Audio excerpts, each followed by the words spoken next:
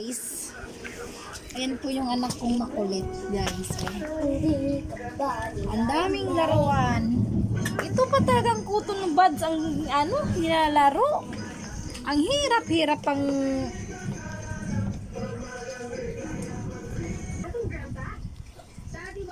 hirap-hirap pati ligpitin kaya ang niliit, oh. Babi ka busy, oh. Pasensya na guys, ngayon na ako nag-video kasi sobrang busy ko talaga. Minsan yung anak ko ang nag-video, nagbablog. Ayan, maglalaro siya ng computer. Pagagaling lang yan sa school. Walang gawang assignment. Ay, gagawin ko na kanya na. Ano ba talaga? kasi pag-iisipin nyo, may stress ka lang, kaya hayaan mo lang. Lagi natin pinapaalala, wala pa rin nangyayari. Ay nako, itong makulit yung anak, oh. Ayaw niya ng mga laruan niya. Gusto niya yung mga pulbo, mga cotton buds, mga wipes, remote. Tingnan nyo, oh. Grabe ka busy, oh.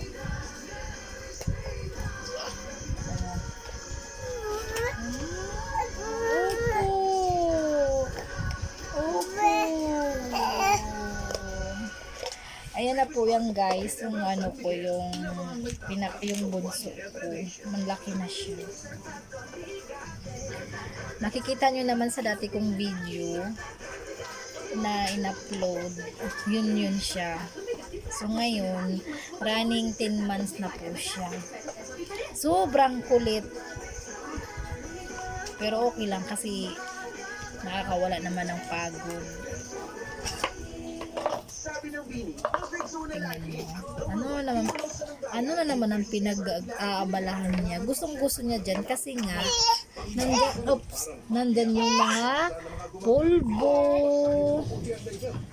Gustong-gusto niya dyan. Tumatayo na siya guys. O yan o. Ayan. Yan ang gusto niya. Tingnan mo. Oo. Ay nako. Nagsasawa na siya sa mga laruan niya. Ganyan. Iba na naman ang pinaghahalongkat. Diyos ko po.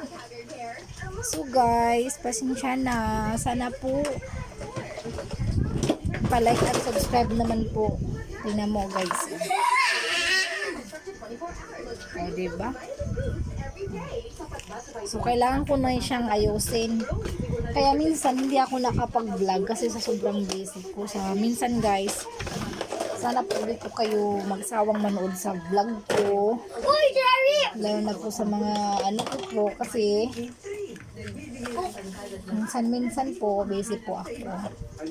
So guys, yun lang at maraming salamat at sana po marami pong mag-share at mag-like and subscribe to my YouTube channel guys, and thank you so much. Bye.